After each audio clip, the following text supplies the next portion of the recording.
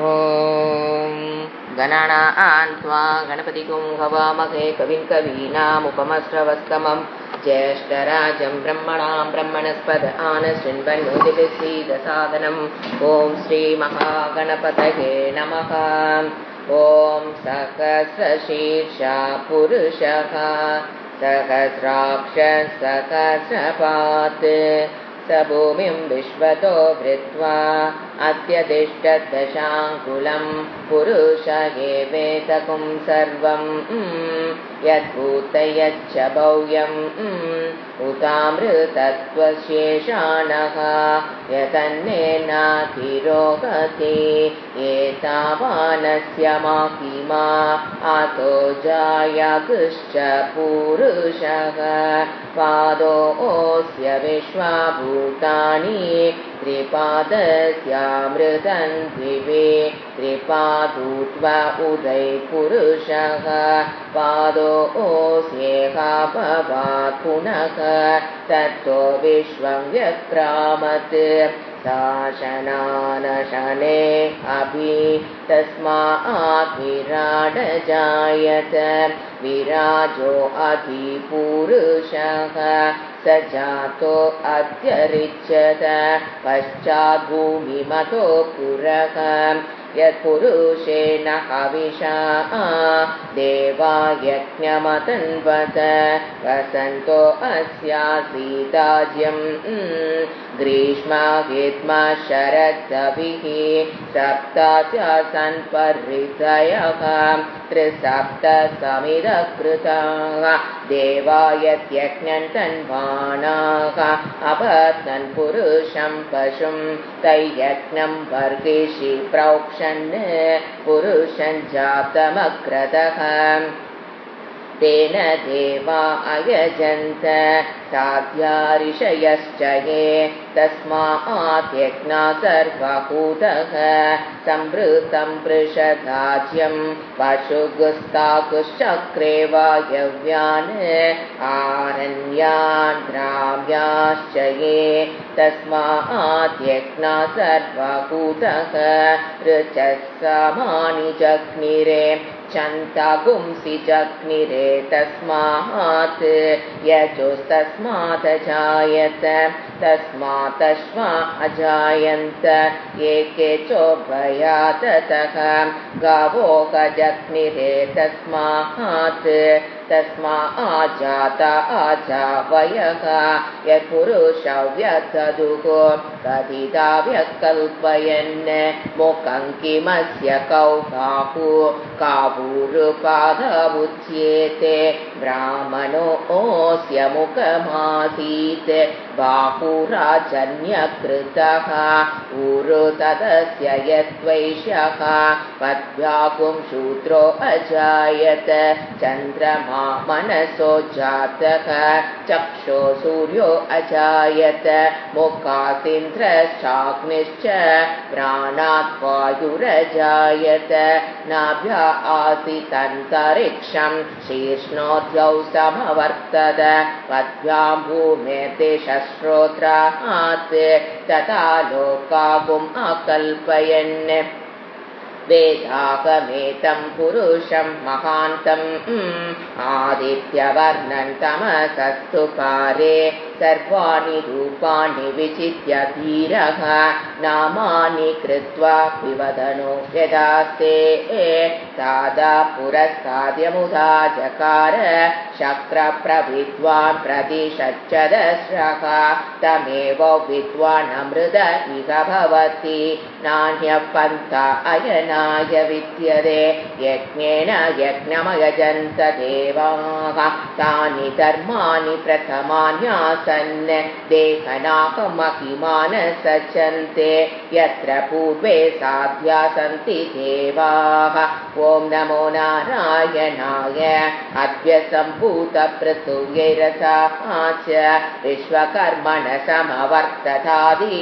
तस्य त्वष्टाभिदधद्रूपमेति तत्पुरुषस्य विश्वमाजानमग्रे वेदाकमेतं पुरुषं महान्तम् आदित्यवर्णं तमसः परस्तात् तमेव विद्वान् अमृत इह भवति नान्यपन्था विद्यते यनाय प्रजापतिचरति गर्भे अन्तः अजायमानो बहुधा विजायते तस्य धीरा परिजानन्ति योनिं मरीचिनां पदमिच्छन्ति वेदसः यो देवेभ्य आदपति यो देवानां पुरोहितः पूर्वो यो देवेभ्यो जातः नमो रुचाय ब्राह्मये रुचं ब्राह्मं जनयन्तः देवा अग्रे तदब्रुवन् यस्वैवं ब्राह्मणो विद्यात् तस्य देवा असंवशे ह्रीचस्ते लक्ष्मी च पत्न्यौ अघोरात्रे पार्श्वे नक्षत्राणि रूपम् अश्विनौ व्यातं इष्टं मनीषान् अमुं मनीषान् सर्वं मनीषान् ॐ शान्ति शान्ति शान्तिः श्रुति स्मृति पुराणानाम् आलयं करुणालयं नमामि भगवत्पादं शङ्करं लोकशङ्करं शङ्करं शङ्कराचार्यं केशवं बादरायणं सूत्रभाष्यकृतौ वन्दे भगवन्तः पुनः पुनः हृदये सर्वविद्यानां भुजशे भवरोगिणां गुरवे सर्वलोकानां दक्षिणामूर्तये नमः। ॐ सकना भवतु सकनौ भुनक्तु सह वीर्यङ्करवावहै तेजस्विनावधीतमस्तु मा विद्विषावहै। ॐ शान्ति शान्ति शान्तिः। பகவத்கீதை பாஷ்யம் நம்ம முதல்ல பிரேயர் வர்ஸ் பார்த்தலாம். உபோத்காதா, அதாவது பகவத்கீதைக்குள்ளே போகிறதுக்கு முன்னால் சங்கராச்சாரியர் ஒரு இன்ட்ரொடக்ஷன் கொடுத்துருக்காரு. ஏன் நான் இந்த பாஷ்யத்தை நான் ஏன் எழுதுறேன் அப்படிங்கிறதுக்காக அவர் ஒரு இன்ட்ரொடக்ஷன் கொடுக்குறாரு. அந்த இன்ட்ரொடக்ஷனுக்கு பேர் உபோத்காதான்னு சொல்லுவேன். இதுக்கு மட்டும், இதனோட இன்ட்ரொடக்ஷன் மட்டும்தான் உபோத்காதா. ஓம் நாராயண பரோ வியக்தா தண்டம் அவ்யக்த சம்பவம் அண்டஸ்யான் தஸ்விமே லோகாஹ சப்ததீபாஹ ச மேதினி. இது பிரேயர் வர்ஸ் நம்ம பார்த்தோம். அதுக்கப்புறம் இதில் நம்ம மெயினாக பார்த்தது அந்த நாராயணங்கிற பிரம்ம தத்துவம் ஈஸ்வர தத்துவமிருந்து தான் இந்த உலகம் படைக்கப்பட்டது அப்படிங்கிறது அவர் கிரமத்தை அப்படி நேராக 7 கண்டங்கள் உருவாச்சு. உலகம் படைக்கப்பட்டாச்சு எவரிடமிருந்து? நாராயணமாக்கு அந்த ஈஸ்வரிடமிருந்து. பர அப்படிங்கிற வேர்டு தான் அந்த நாராயணத்துக்கு ஈஸ்வர தத்துவத்தை குறிக்குது, பிரம்ம தத்துவத்தை குறிக்குது. அவரிடமிருந்து இந்த உலகம் 7 கண்டங்களை கொண்ட இந்த உலகம் தோன்றிடுச்சு. இப்போ யாரை ஃபஸ்ட்டு, அப்புறம் உலகம் தோன்றினதுக்கப்புறம் யாரை படைக்கணும், யாருக்காக இந்த உலகம் படைக்கப்பட்டதோ அந்த ஜீவராசிகள் படைப்பு. அதில் ஃபஸ்ட்டு மனிதர்களை யாரை படைச்சார் இறைவன் அப்படிங்கும்போது ஃபஸ்ட்டு அவர் நம்ம என்ன பார்த்தோம்? அதன் பின்னர், அதாவது இந்த அந்த பகவானானவர் இந்த ஜகத்தை சிருஷ்டி செய்து அதன் ஸ்திதியில் இச்சை உடையவராய் முதலில் மரீச்சி முதலான பிரஜாபதிகளை சிருஷ்டித்து அவர்களை வேதத்தில் கூறப்பட்ட பிரவிருத்தி லட்சண தர்மத்தை கடைபிடிக்கும்படி செய்தார். இதுதான் பாஷ்யம். நான் தமிழ் மீனிங் மட்டும் படிக்கிறேன். என்ன பண்ணார் அவர்? இந்த ஜெகத்தை சிருஷ்டி செஞ்சுட்டார். நம்ம போன கிளாஸ்ல இந்த சிருஷ்டி கிரமம் எப்படி ஈஸ்வரிடமிருந்து மாயை தத்துவம் சேர்ந்து படைப்பு எப்படி உருவாச்சுங்கிறத நம்ம போன கிளாஸ்ல பார்த்தோம். இப்போ அந்த சிருஷ்டி முடிச்சாச்சு. அதன் ஸ்திதியில் இச்சை கொண்டவராய், அந்த உலகம் ஸ்திதியாகணுங்கிற ஆசை கொண்டவராக என்ன பண்றாரு? முதலில் மரீச்சி முதலான பிரஜாபதிகளை சிருஷ்டித்து அவர்களை வேதத்தில் கூறப்பட்ட பிரவிருத்தி லட்சணம் நம்ம முதலே பார்த்தோம். ஒடிமின்பை பிரவிருத்தி கர்மகாண்டத்தில் சொல்லப்பட்ட கர்மங்களை செய்யும்படி கடைபிடிக்கும்படி உபதேசம் செய்தார். இந்த இடத்துல நம்ம பார்க்கணும். அதாவது இப்போ இறைவன் படைச்சிட்டாரு, அதுக்கப்புறம் மரீச்சி முதலான 4 பேர்த்த படைச்சாரு அப்படிங்கும்போது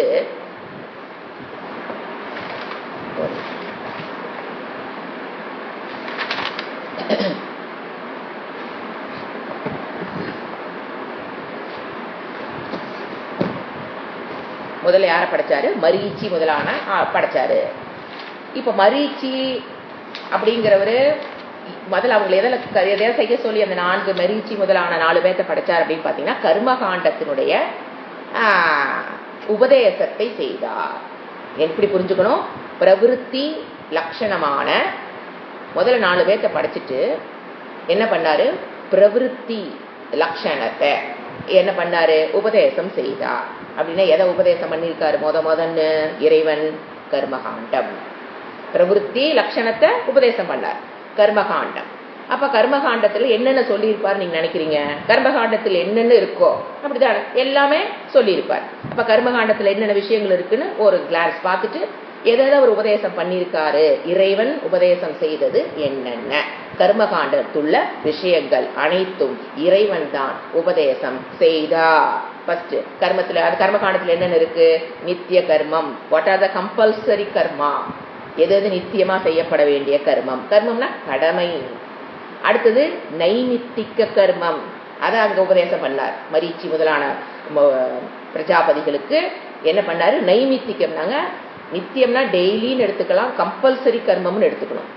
அடுத்தது நைமித்திக கர்மங்கிறது ஒன்ஸ் இன்ன, இப்ப அமாவாசை, பௌர்ணமி விரதம், ஏகாதசி விரதம், இந்த மாதிரி இருக்கிறதுக்கு பேரு நைமித்திகமாக, அக்கேஷனலாக கண்டிப்பாக ஃபாலோ பண்ண வேண்டிய கர்மங்கள் கடமைகள் என்ன, அதையும் இறைவன் சொல்லியிருக்காரு.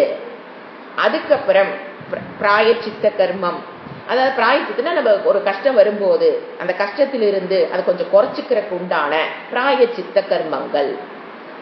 ஜோசிகாட்ட போன சொல்றாரு பாத்தீங்களா, இந்த கோயிலுக்கு போங்க, இந்த ஹோமத்தை பண்ணுங்க, இந்த யக்னத்தை பண்ணுங்க, உங்களுடைய இந்த பிரம்மஹஸ்தி தோஷம் இருக்குதா அது குறையருக்கு இதை பண்ணுங்க, இது குறையருக்கு அதை பண்ணுங்க, சனி திசை இருக்குதா நீங்க இதை பண்ணுங்கன்னு சொல்றாரு பாத்தீங்களா, அதுக்கு பேரு பிராயச்சித்த கர்ம, அதுவும் இறைவன் கொடுத்தது. அடுத்தது காமிய கர்மம். காமிய கர்மம்னா எனக்கு இப்ப எனக்கு குழந்தை இல்லை, அப்ப எனக்கு அந்த குழந்தை வேணும் அப்படிங்கறக்காக காமியம், ஆசைப்பட்ட பொருள்களை அடைவதற்கு, அது பொருளா இருக்கலாம், மகன் மகளாக இருக்கலாம், சொத்து பத்தாக இருக்கலாம், அந்த மாதிரி காமிய கர்மம். பணம் வித்தம், பணம் வேணும், எனக்கு சொத்து, எது வேணாலும் நாம் ஆசைப்பட்டதை நம்மகிட்ட எது இல்லையோ அப்பிராப்திய பிராப்தி, இதுவரை நான் அடையப்படாதது எப்படி அடையிறது அப்படிங்கிற விஷயத்தையும் கர்மகாண்டத்தில் இறைவன் யோகமாக என்ன சொல்றது, யக்ன முறையில் எப்படி பெறுவது, பாராயணத்தில் எப்படி பெறுவது, இந்த மாதிரி அதுவும் இறைவன் கர்மகாண்டத்தில் பிரவிற்த்தி லட்சணத்தை கொடுத்தது இறைவன். அடுத்தது நிஷித கர்மம், இதெல்லாம் கடமைகள். நிஷிதம்னா யூ ஷுட் நாட் டூ, எதை நீ செய்யக்கூடாது இந்த உலகத்தில் அப்படின்னு என்ன இருக்குங்க, செய்யக்கூடாதுன்னா உன்னை அந்த செயல்கள் செய்ய தூண்டும், அதை நீ செய்யக்கூடாது. தெரியுதுங்களா? நிஷித கர்மம்ங்கிறது நீ வாழ்க்கையில் ஆரம்பிச்சு வாழ போகும்போது உனக்கு இதெல்லாம் தூண்டும், உன்னுடைய இந்திரியங்கள் இதை செய்ய அதை செய்யன்னு தூண்டும், ஆனா அதில் செஞ்சிடாத அப்படிங்கிறது தான் நிஷித கர்மம். அது உதாரணம் சொன்ன என்ன சொல்லலாம், சுராம்னா விபேத்து, போதைப் பொருள்களை உட்கொள்ளாதே, களஞ்சியம்னா பக்ஷேத்து, மற்றவங்க பொருளை திருடாதே, இந்த மாதிரி தர்மங்கள் கடமைகள், இதெல்லாம் கடமைகள், இதெல்லாம் நிஷீத கர்மம் பேர். அதுவும் கர்மகாண்டத்தில் பேசப்பட்டிருக்கு. அடுத்து நாம் நிறைய தர்மங்கள் நம்ம பார்த்துருக்கோம், இன்ட்ரோடக்ஷன் கிளாஸ்ல ரிவைஸ் பண்ணிக்கலாம். சாமானிய தர்மம், எனக்கு எது இஷ்டமோ அதுதான் மற்றவர்களுக்கு இஷ்டம், எனக்கு எது அனிஷ்டமோ, எனக்கு எது பிடிக்காதோ, அனிஷ்டம்னா இஷ்டம்னா பிடிக்கிறது, அனிஷ்டம் எனக்கு எது பிடிக்காதோ உலகத்தில் இருக்கிறவங்களுக்கு அது பிடிக்காது, அதன் பிரகாரம் நடந்து கொள்ள தெரியறது மட்டும் இல்ல, அத பிரகாரம் நடந்துகிட்டோம்னா அது சாமானிய தர்மம். இதுக்கு எந்த உலகத்தில் எந்த மூலையில் அல்லது 7 சூரிய மண்டலத்தில் எங்க பிறந்திருந்தாலும் இது பொருந்தும். காலத்தை பொறுத்து, மக்களை பொறுத்து, இடத்தை பொறுத்து மாறாத தர்மம், கடமை, சாமானிய தர்மம், அதையும் அங்கு இறைவன் உபதேசம் செய்திருக்கிறார். மரீச்சிக்கு இதெல்லாம் உபதேசம் செய்திருக்கிறார். சாமானிய தர்மம். அடுத்து என்னது, விசேஷ தர்மம்.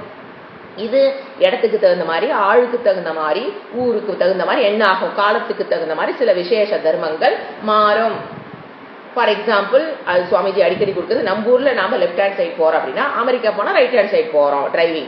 இந்த மாதிரி அங்கங்க தர்மங்கள், நம்ம ஒரு இடத்துக்கு போறோம் அப்படின்னா அங்க இருக்கிற தர்மங்கள் என்னன்னு பார்த்து அதை நீ ஃபாலோ பண்ணணும். உங்க வீட்டுல நீங்க டேபிள் மேல உட்காந்து சாப்பிடலாம், இன்னொரு வீட்டை போனா கீழே தான் உட்காந்து சாப்பிட்றாங்கன்னா நம்ம கீழே உட்காந்து சாப்பிட்றதுக்கு ரெடியா இருக்கணும். இல்ல நாங்க போய் உட்காந்து நான் டேபிள்ல தான் போடுவேன். அந்த மாதிரி எங்க போறோமோ அந்த மக்களுக்கு உண்டான தர்மத்தை நம்ம என்ன பண்ணிக்க தெரியணும், அடாப்ட் பண்ணிக்க தெரியணும். அதுதான் விசேஷ தர்மம். அடுத்து வேற என்ன சொல்லியிருக்காரு, நீங்க இந்த சாமானிய தர்மம் விசேஷ தர்மத்துல என்னென்ன வரும், வர்ண தர்மம். வர்ணம் என்ன தர்மம், வர்ணம் என்ன, பிராமணன், சத்திரியன், வைசியன், சூத்ரன், இவங்களுக்கு உண்டான தர்மம் என்ன, அதுவும் அங்க சொல்லப்பட்டிருக்கிறது. இங்க வந்து இறைவன் வந்து பிராமணன் சத்திரியன் எப்படி பிரிச்சாரு? குணத்தக பிரிச்சிருக்காரு. அவருக்கு பிறப்புல அவர் பிரிக்கல.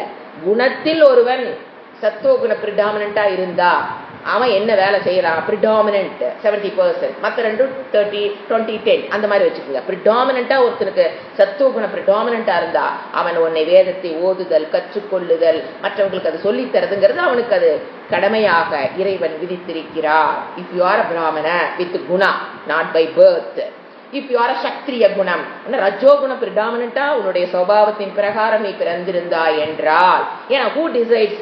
என்னுடைய நான் பிறக்கும் போது நான் சத்துவ குணமா பிறக்கிறேங்கிறது யார் டிசைட் பண்றது? இறைவன் பார்த்து கொடுக்குறாரு என்ன? நோ, பூர்வ ஜென்மத்தில் நாம் செய்த புண்ணிய பாப்பம் டிசைட்ஸ் மை சுபாவம். பூர்வ ஜென்மத்தில் நான் பண்ண புண்ணிய பாப்பம் தான் நான் சத்துவ குணத்தோட பிறக்கிறேனா, ரஜோ குணத்தோட பிறக்கிறேனா, தமோ குணத்தோட பிறக்கிறனாங்கிறது முடிவு பண்றதாரு என்னுடைய பூர்வ ஜென்மத்து பாப்ப புண்ணியம். அதை மாற்ற முடியாது. சரி, ஓகே, வந்து பிறந்தாச்சு. நீ பிராமணத்துவத்தோட பிறந்தீனா உனக்கு எது நீ செய்ய வேண்டிய கடமைகள் என்ன? ஒரு வேதத்தை கற்றுக்கொள்ளுதல், கோயில் முறைகளை கற்றுக்கொள்ளுதல், மற்றவங்களுக்கு சொல்லி ஓதுதலும் ஓதுவித்தலும். அவ்வளவுதான் அங்க வேற ஒரே வார்த்தை. அடுத்து ஏன்னா அவங்களுக்கு அது ஈஸியா வரும். எதையும் கான்சன்ட்ரேஷன் பவர் இருக்கிறனால மனம் சத்துவகுணம் எனக்கு ஒரு மன அமைதி, திருப்தி கிடைத்ததில் ஒரு திருப்தி, மன அமைதி இருக்கும். அவங்களால எதையும் கிரகிச்சுக்க முடியும், கிரகிச்சத மனசு வச்சுக்கவும் முடியும். ஞாபக சக்தி எல்லாமே அவங்களுக்கு நல்லா இருக்கும். ஸோ அவங்களுக்கு அந்த கடமையை விதித்திருக்கிறார் இறைவன்.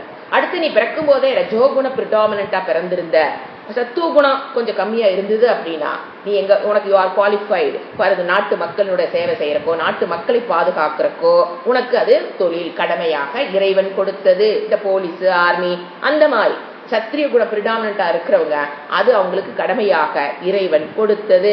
அடுத்தது யாரு? வைசியர்கள். வைசியர்கள் வியாபாரம் அல்லது விவசாயம், ரெண்டுமே வைசியர்கள்.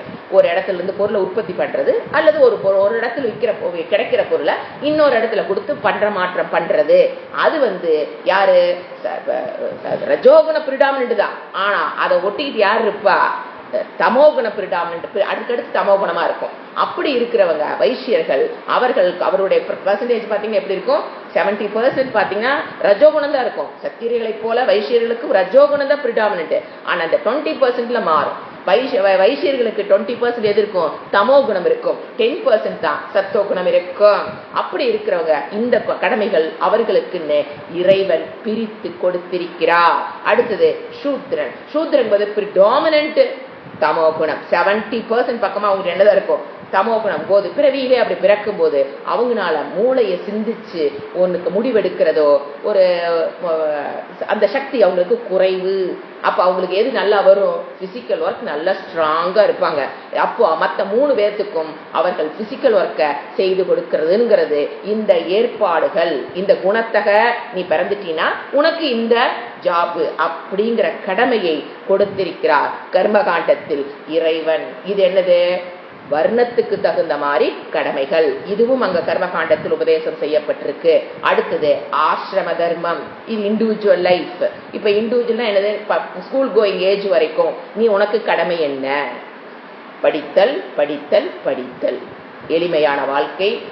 வேற எந்த விஷயத்திலும் பணம் சம்பாதிக்கிற விஷயத்துல ஈடுபடாமல் முழுமையாக படித்தல். அது பிரம்மச்சரிய ஆசிரமம். ஆண் பெண் ஒழுக்கங்கள், இந்த மாதிரி எளிமை, இந்த மாதிரி நிறைய கண்டிஷன்ஸ். இதை நீ ஃபாலோ பண்ணணும். இது பிரம்மச்சரிய ஆசிரமத்தில் இறைவன் நீ இதுதான் கடமைன்னு சொல்லி இருக்கிறாரு. அதுக்கடுத்து கிரகஸ்த ஆசிரமம். கிரகஸ்த ஆசிரமத்துக்கு உண்டான கடமை என்ன? ஏன்னா எல்லாரும் இப்ப நம்ம கிரகஸ்த ஆசிரமத்தில் இருக்கிறதுனால என்ன கடமை? பஞ்சமகா யக்ஞம். அதை எப்ப பண்ணணும்? டெய்லி பண்ணணும். யாரு விரிச்சதே? மரீச்சிக்கு யாருக்கு உபதேசம் பண்ணது? இப்போ இறைவன் உபதேசம் பண்ணிருக்காரு. நீ பஞ்சமகா யக்ஞம் பண்ணு.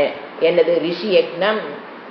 அந்த ரிஷிகள் கொடுத்த வேதங்களை ஓதுதல், அதனுடைய அர்த்தத்தை நம்ம புரிந்து கொள்ள ட்ரை பண்ணுதல் ரிஷி யக்ஞம். இப்ப நம்ம அதை தான் பண்ணிட்டு இருக்கிறோம். 5 to 6 என்ன பண்றோம்? ரிஷி யக்ஞம். அடுத்தது தேவதா யக்ஞம் முடிஞ்சோன்னு என்ன பண்றோம்? பூஜை. தேவதா யக்ஞம். தேவதைகளை வழிபடுதல். அவங்கவுங்க முறைக்கு தகுந்த மாதிரி கால் எந்திரிச்சு விளக்கேற்றி சாமி கும்பிடுறது எல்லாம் வந்து கடமையாக இறைவன் கொடுத்திருக்கிறார். இது நான் பார்த்து செய்யறதெல்லாம் இல்லை. இட்ஸ் யுவர் டியூட்டின்னு கொடுத்திருக்காரு. ரிஷி யக்ஞம், தேவதா யக்ஞம், பித்ரு யக்ஞம். அமாவாசை வருது, அந்த மாதிரி பித்ருக்களுக்கு செய்ய வேண்டிய அவங்கவுங்க குடும்ப விளக்கப்படி பித்ரு யக்ஞங்களை, பித்ருவை நம்ம எப்படி பண்ணணும்? யக்ஞமாக பண்றோம். ஏன் இதுக்கு பேர் யக்ஞம்னு பேர் வந்து தெரியுங்களா? இறைவன் சொல்லியிருக்கார், நான் செய்யறேன், அவ்வளவுதான். இறைவனுக்காக செய்தல் வேறு. அதனாலதான் தேவதா யக்ஞம்னு ஒரு வேர்டு போடுறோம். பித்ரு யக்னம்னு ஒரு ஓடுறோம். ரிஷி யக்னம்னு ஏன் போடுறனா, அது இறைவன் சொல்லியிருக்கார், அதை கண்டிப்பாக நான் செய்யணும்னு எந்தவித வேற பலனை எதிர்பாராமல் இறைவன் சொல்லியிருக்கார், நான் செய்யறேன். அப்ப என்ன வேணும்? பக்தி. பக்தி இல்லாம நீங்க யக்னம்லாம் பண்ணவே முடியாது. சுயநலம் தான் அங்க தேடுவோம். அடுத்தது பூத யக்னம். நம்ம சுற்றி இருக்கிற ஜீவராசிகள், மற்ற அனிமல்ஸ், தாவரங்கள், இதர்களுக்கு உண்டான உதவியை செய்தல். அது இறைவன் சொல்லியிருக்கார், செய்யறன்னு செய்யும் போதுதான் அந்த ஆட்டிடியூட் மாறும் போதுதான் என்னவா மாறும்?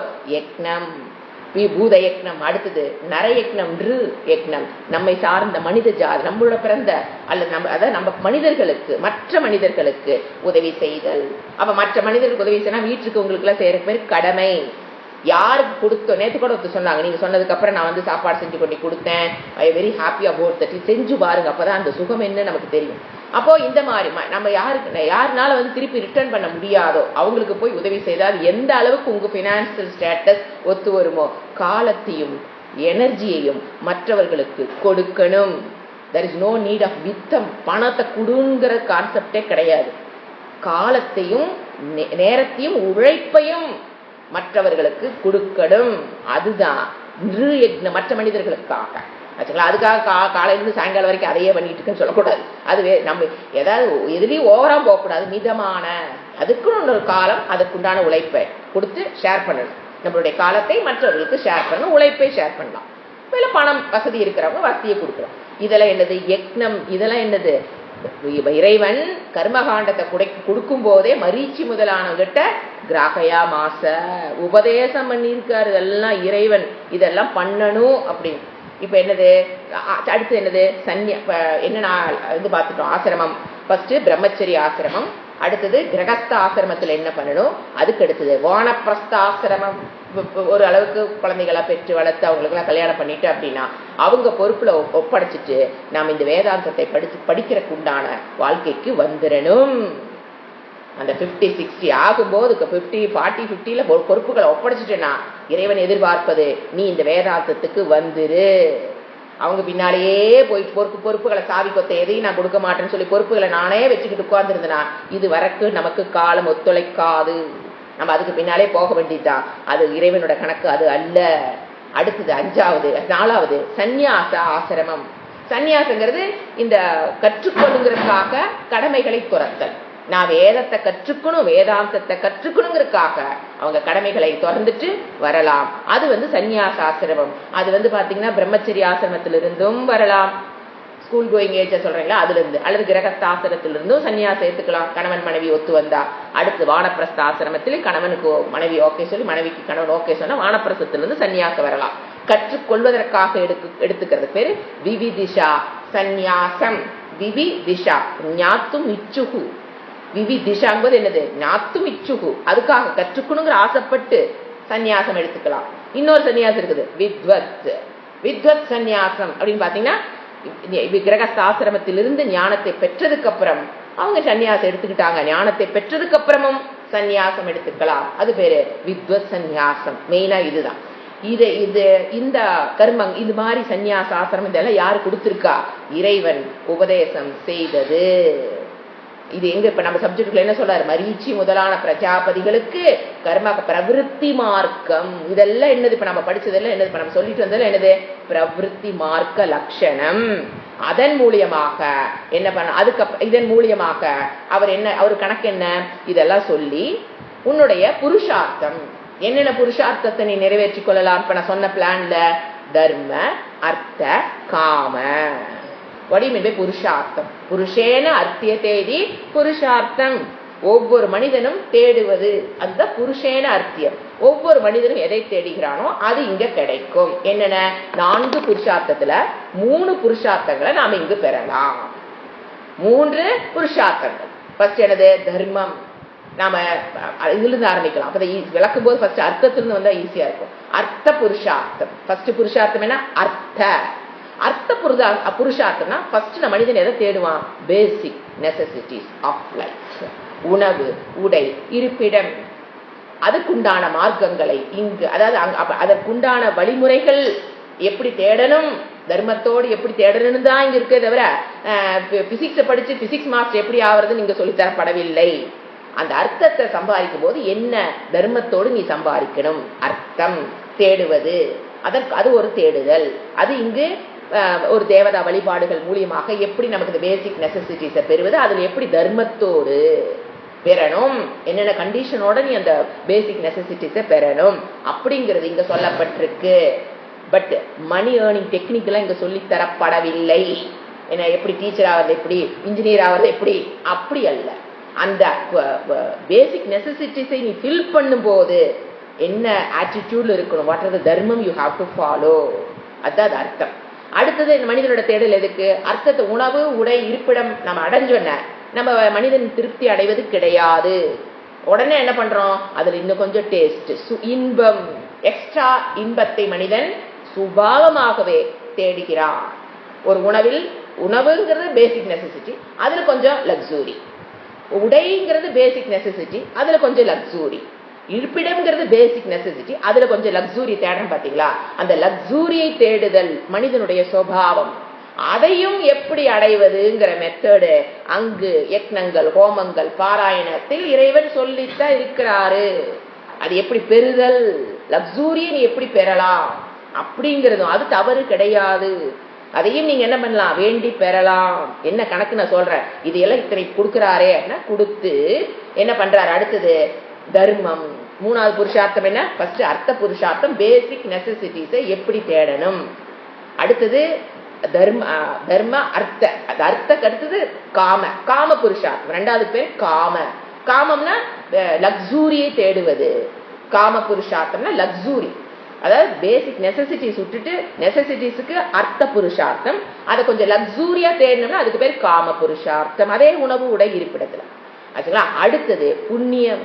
இப்ப நம்ம ஓரளவுக்கு நம்ம எல்லாம் செட்டப் ஆகி பறந்துட்டோம் இல்லைங்களா, எல்லாமே கிடைச்சிருச்சு, எது வேணுங்கிறது கிடைச்சிருச்சு, லக்ஸூரி நமக்கு ஓரளவு கிடைச்சிருச்சு அப்படின்னா அடுத்தது என்ன தெரியுங்களா தேடுவோம், இது இப்படியே கீப் அப் ஆகணும், நான் உயிரோடு இருக்கிற வரைக்கும் இப்படியே இருக்கணும், எனக்கு பிறக்கிறவங்க எல்லாம் இப்படியே வாழணும், இந்த ஸ்டேட்டஸ் விட்டு நான் கீழே போயிடக்கூடாது.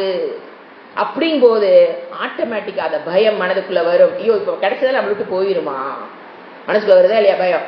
நம்ம இவ்வளவு ஒரு சொபஸ்டிகேட்டட் லைஃப் வாழ்ந்துட்டு இருக்கிறோம், இதுல இருந்து கீழே போயிருமா சில பேத்துக்கு, இல்ல இதை விட இன்னும் கொஞ்சம் மேல போகணுமே, இந்த மாதிரி மனதுக்குள் அந்த எண்ணம் வரும்போது அவங்க என்ன செய்ய ஆரம்பிக்கிறாங்க, சாஸ்திரத்தை கேட்டு இந்த மாதிரி புண்ணியம்னா என்ன, பாப்பம்னா என்னன்னு புரிஞ்சுக்கிட்டவங்க தான் இங்க வருவாங்க. தர்ம புருஷார்த்தம், புண்ணிய பாப்பம்னா என்னன்னே கத்துக்காதவங்களுக்கு, காதலியே விழுகாதவங்க தர்ம புருஷார்த்தத்திற்கு வரமாட்டார்கள்.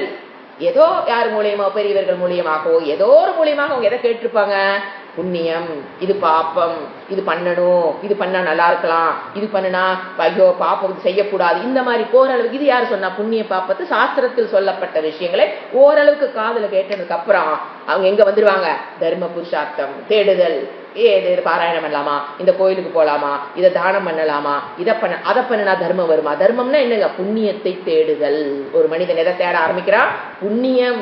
எதுக்கு, ஃபார் த செக்யூரிட்டி, அல்லது எனக்கு இதுவரைக்கும் கிடைக்காததை கிடைப்பதற்கா, அப்பிராப்திய பிராப்தி, எனக்கு இது வரைக்கும் கிடைக்கல, நான் இந்த புண்ணியத்தை பண்றேன், இறைவன் எனக்கு இதை கூடு. ஒரு தர்மத்துக்கு உட்பட்ட வாழ்க்கை வாழ்ந்து ஓரளவுக்கு வந்துருவாங்க. அது அந்த தேடுதலுக்கு பேரு தர்ம புருஷார்த்தம். இந்த மூணை மட்டும்தான். ஏன்னா நான்காவது புருஷார்த்தம் ஒண்ணு இருக்கு, அது மோட்ச புருஷார்த்தம். அது நீ பிரவிற்த்தி மார்க்கத்தில் சொல்லப்படவில்லை, இறைவன் அங்கு உபதேசம் செய்யலை. எங்க பிரவிற்த்தி மார்க்கத்தில் கர்மகாண்டத்தில் இறைவன் மோட்சத்தை பத்தி வாய் திறக்கலை, அங்க உபதேசம் செய்யலை. ஏன்னா அடுத்து ஏன் எப்படி இவ்வளவு ஸ்ட்ராங்கா சொல்றீங்கன்னா, அடுத்த 4 பேர்த்த படைக்கிறார், அவங்களுக்கு தான் நிவிருத்தி லட்சணத்தை இறைவன் சொல்லி கொடுத்தார். மரீச்சி முதலான ரிஷிகளுக்கு அவர் எதைத்தான் உபதேசம் பண்ணினார், ஃபர்ஸ்ட் இறைவன் பிரவிற்த்தி லட்சணத்தை உபதேசம் செய்தார். அப்போ இறைவனோட பிளான் என்னன்னு பாத்தீங்கன்னா, ஏன் ஏன் இதுல அவர் எடுத்தோன்னா ஏன் மோட்சம் தானே முக்கியம். ஒரு மனிதனுடைய சரீரம் எதற்கு எடுத்துட்டு வந்து பிறந்திருக்கோம், இந்த இறைவனை பற்றிய ஞானம், என்னை பற்றிய ஞானத்தை பெற்று மோட்சத்தை பெறுவதுதான் மனித சரீரத்தினுடைய கோல், தாத்பரியம், மெயின் கோலே என்னது, அதுதான் மனித சரீரம் கிடைச்சிருக்கு. அப்படி இருக்கும்போது எடுத்தொன்ன இறைவன் மோட்சத்தை பத்தி டீச் பண்ணிருக்கலாமல்ல. எதுக்கு இந்த கர்மம், இந்த பூஜை, புனஸ்காரம், பாராயணம், பக்தி மார்க்கம், கர்மயோகம் எல்லாமே இதெல்லாமே ஆட் ஆயிருங்க. கர்மயோகமும் கர்ம காண்டத்தை வந்துடும். இந்த மாதிரி எல்லாம் விஷயங்கள் ஏன் உபதேசம் செய்தார்? What is his plan? What is his plan அப்படின்னு கேட்டீங்கன்னா, அர்த்தம் இல்லாமல் இறைவன் இதெல்லாம் செய்யல. ஏன்னா ஒரு மனிதன் பிறக்கும் போது எப்படி பிறக்கிறான்னு பாருங்க. மனதில், புத்தியில் அஜ்ஞானம், எல்லாரும் அதோட தான் பிறக்கிறோம். அஜ்ஞானம், தன்னை பற்றி அஜ்ஞானம். அப்போ தன்னை பற்றி அஜ்ஞானம் அவித்யா இல்லைங்களா? அவித்யாவோட பிறக்கும் போது அவனுக்கு அந்த அவித்யா கொடுக்கிற சொத்து என்ன? ஃபர்ஸ்ட் அந்த அவித்யா அவனுக்கு என்ன சொத்தை கொடுக்குது? காமம். என்னோட தான் பிறக்கிறான். அவித்யா வந்தாவே உள்ள அவனுக்குள்ள அவித்யா இருக்கு அப்படின்னாவே அவனுக்குள்ள காமம் தவிர்க்க முடியாது. அப்ப காமம்னா ஆசை. அப்ப ஆசை வந்துருச்சு அப்படின்னா அவன் எதை செஞ்சு அவன் அடுத்தது கர்மம். 3 முடிச்சு. இதுதான் ஒருத்த மனிதன் பிறக்கும் போது காமத்தோட அவித்தியோட பிறக்கிறான்னா கண்டிப்பா அவனோட காமமும் கர்மமும் அதை ஒட்டி ஆசைப்பட்டுட்டு இதுக்கு அதுக்கு ஆசைப்பட்டுட்டு சும்மா உட்காந்துருந்தா கிடைக்குமாங்க? ஸோ ஆட்டோமேட்டிக் எங்க அவனுக்கு ஜாகுது கர்மத்தை செய்யணும்னு தூண்டுதல் உள்ள வரும். இது ஆசைப்படணும், படுறான், ஆசைப்பட்டதை பெறணும். இது அவனுடைய கண்ட்ரோல இல்லாம மனிதன் மாயோட கட்டுக்குள் பிறக்கிறோம்னு சொல்றோம் பாத்தீங்களா? இதுதான் மாயின் கட்டுக்குள். மாயை பற்றி என்ன தெரிஞ்சிருந்தாலும் இந்த கட்டுக்குள்ளதான் ஒரு மனிதனும் அந்த அஜ்ஞானத்தினுடைய கட்டுக்குள்ளதான் பிறக்கிறான். சோ அஜ்ஞானத்துடைய பிடியில் இருக்கும்போது அவன் எதுதான் நோக்கி ஓடி ஆவணம்? அவித்யா, காமம், கர்மம். தவிர்க்க முடியாது. அப்போ இந்த மாதிரி பிறக்கிற ஒரு மனிதனை கூப்பிட்டு இறைவன் அவனோட அவன் இருக்கிற புத்தியில நின்னு அவனோட டிராவல் பண்ணி தான் மேல கூட்டிட்டு போக முடியும். இப்ப இறைவன் மலை மேல நிக்கிறான்னு வச்சுக்கோங்க, நாம கீழ் நிக்கிறேன்னு வச்சுக்கோங்க. இப்ப வழி நமக்கு தெரியலன்னு வச்சுக்கோங்க, இறைவன் என்ன பண்றாரு தெரியுங்களா? கீழே இறங்கி வர. ஏன்னா கீழ் இருந்து ஒரு படியாக ஏறித்தான் நீங்க மேலே போக முடியும். இங்கிருந்து ஹை ஜம்ப் பண்ணி பழனி மலையில போய் முருகிட்டு நிற்க முடியுமாங்க? இறைவன் பழனி மலையில் நிற்கிறார். இதுதாங்க பழனி மலையில் போய் இறைவனை வழிபடுகிறோம். குன்றிடுக்கு மிரமத்தில் குகன் இருக்கிறான்னா அந்த தத்துவமே இதுதான். இறைவன் படியமைத்து கூப்பிடுறாரு. ஒரு ஸ்டெப்பா ஏறித்தான் நீங்க மோட்சத்துக்கு இறைஞானத்துக்கு நீங்க போக முடியுங்கிறத காமிக்கிறதுக்காகத்தான் குகன் மலையில் இருக்கிறதே. அப்ப எதை காமிக்குது அந்த தத்துவம்? ஒரு ஸ்டெப்பா. ஏன்னா நீங்க எங்க இருக்கீங்க? இன்பானாவே நிலத்துலதான் நிக்கிறோம். இன்பானாவே நம்ம அவித்யா, காமம், கர்மத்தோடு தான் நம்ம நிக்கிறோம். அப்ப என்ன பண்றாரு? அழங்காம சின்ன குழந்தைக்கு சொல்ற மாதிரி உன் மனதில் இவ்வளவு ஆசை இருக்கா? ஓகே வா, நீ எது ஆசைப்படுற? இந்த ஹோமம் பண்ணு, இந்த யஜ்ஞம் பண்ணு, இந்த பாராயணம் பண்ணு. அதான் என்ன சொல்றது? காய்க்க வாச்சிக்க மானச கர்மம் இல்லைங்களா? காய்க்கம்னா உடம்பால உனக்கு என்னென்ன உடம்பால பண்ண முடியுமோ இதெல்லாம் பண்ணு. இந்த பொருள் அடையிருக்கு இதெல்லாம் பண்ணு. காய்க்க வாச்சிக்க இந்த பாராயணம் பண்ணு, இந்த ஜபம் பண்ணு, இந்த வேலை செய், அதை செய், கோயிலுக்கு போ, அதை அபிஷேகம் பண்ணு, அதை பண்ணு, இதை பண்ணு. வாச்சிக்கம், காய்க்கம், வாச்சிக்கம், மானசம், உபாசனை. அங்கதான் யாரு ஒரு கர்மகாண்டத்தில் இன்னொரு விஷயம் என்ன? உபாசனை, தியானம், மெடிடேஷன். நீங்க பாருங்க, மெடிடேஷன் வர்றதுக்கு முன்னால ஒரு கிரமம் இருக்கு. எடுத்தோன்னு போய் மெடிடேஷன்ல போய் உட்காரக்கூடாது. ஃபர்ஸ்ட் காய்க்கத்தினால அந்த காய்க்கமா இறைவனை வழிபட்டு, அப்புறம் வாச்சிக்கமாக இறைவனை வழிபட்டு, அப்புறம் தான் மானசமா வழிபட முடியும். சில பேர் எடுத்தோன்னா மெடிடேஷன்ல போய் வந்துடுறாங்க. அதுவும் தவறு. எல்லாம் ஒரு கிரமம் இருக்கு. காய்க்க வாச்சிக்க மானச கர்மத்தினால் தான் அவன் அடைய வேண்டியதை அவன் என்ன பண்றான்? அடையின்னு சொல்லி இறைவனுடைய கணக்கு என்னன்னா, அப்ப இப்படி செய்யறானே சரி. ஃபர்ஸ்ட் என்ன சொல்றாரு? இதெல்லாம் செய்யி, தப்பு இல்ல. பிகினிங்ல என்ன பண்ணு? ஒரு படியா ஏறி எது ஆசைப்படுறியோ அதுக்குண்டான ஹோமம், யக்னம், காய்க்க வாச்சிக்க மானச கர்மங்கள் எல்லாமே சொல்லியிருக்காரு. இதை செஞ்சு வேணுங்கிறத அடைஞ்சுக்கோ. ஃபர்ஸ்ட் அடைய வேண்டாம் என்று எதையும் சொல்லல. ஏன்னா நாம் இருக்கிற நிலை என்னன்னு இறைவனுக்கு தெரிஞ்சு நீ இதெல்லாம் அடைஞ்சுக்கோ. ஏன்னா யூ ஆர் இன் அவித்யா, யூ ஆர் இன் காமம், and you have to to கர்மா. என்ன சொல்றாரு? அந்த கர்மத்தை பண்ணும்போது ஆசைக்குண்டான கர்மத்தை பண்றேன் பண்ணு, தர்மத்துக்கு உட்பட்டு பண்ணு. அவர் அண்டர்லைன் பண்றது அதுதான். நீ ஆசைப்படுறதெல்லாம் வேண்டாம், ஆசைப்படாதெல்லாம் சொல்லலை. ஏன்னா ராங் நோஷன். வேதாந்தத்துக்கு ஐயோ எதையும் ஆசைப்படக்கூடாது, எதையும் அணிவிக்க முடியாதா? அப்படி இல்லை. நாம் இருக்கிற நிலையில் நீ கர்மத்தை செய்யி, பட் அண்டர்லைனிங் என்ன? தர்மத்துக்கு உட்பட்டு நீ எதை வேணாலும் அடைஞ்சுக்கோ, தவறில்லை. எதுக்கு இப்படி சொல்றாரு? அவருடைய பிளான் என்னன்னு பாருங்க. நீங்க தர்மத்துக்கு உட்பட்டு இப்படி கடமையை செஞ்சுக்கிட்டே போனீங்கன்னு வச்சுக்கோங்களேன், அந்த புண்ணியம் உங்களுக்கு என்ன தெரியுங்களா கொண்டாந்து கொடுக்கும்? விவேகம். ஃபர்ஸ்ட் நமக்கு அவர் நம்மகிட்ட எதிர்பார்க்கறது நம்ம புத்திக்குள்ள என்ன வரும்னு இத்தா பெரிய பிளான் போட்டு வச்சிருக்காரு. எவ்வளவு பெரிய பிளான் தெரியுங்களா? அது கர்மகாண்டங்கிறது எடுத்து பாருங்க. ஒரு உபநிஷத்துல கர்மகாண்டம் இத்தோட புக் இருக்கும். ஞானகாண்டம் திருடு புக்கு தான். எதுக்கு இவ்வளவு கர்மகாண்ட புக்ஸ்? எத்தனை அப்படியே அத்தனை உபதேசம் பண்ணிருக்காரு. ஞானகாண்டத்துல பண்ண உபதேசத்தை விட கர்மகாண்டத்துல ஒரு உபதேசம் தாங்க அதிகம்.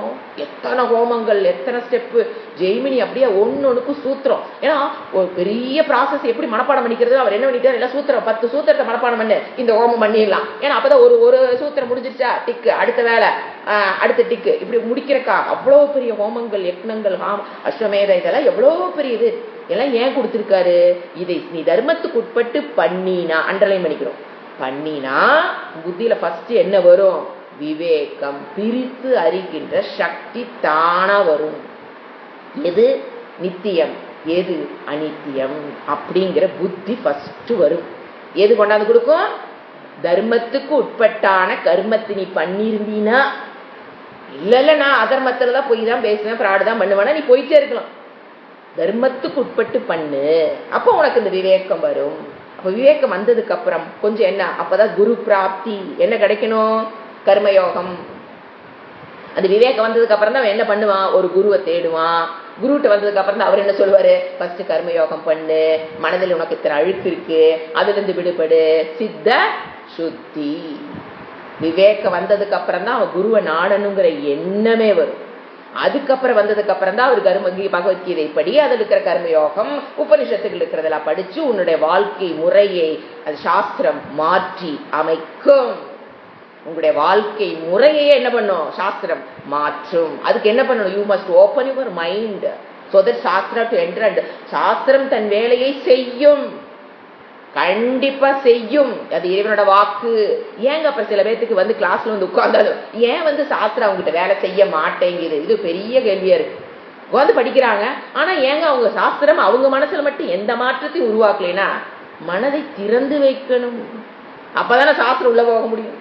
நான் மூடி வச்சுக்கிட்டு சும்மா உட்கார்ந்து ஏதோ கேட்டேன் போனேன் அப்படின்னா எந்த மாற்றம் ஏற்படாது.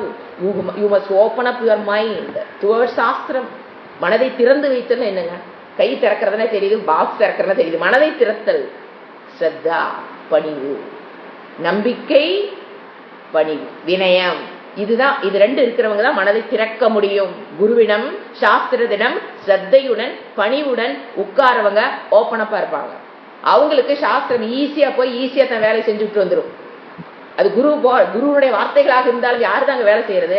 குரு எல்லாம் ஒண்ணும் வேலை செய்ய முடியாது. அந்த சாஸ்திரம் அதற்குள் உங்க மூளைக்குள்ள போய் வேலையை செஞ்சிடும். எப்போ? You must open your mind.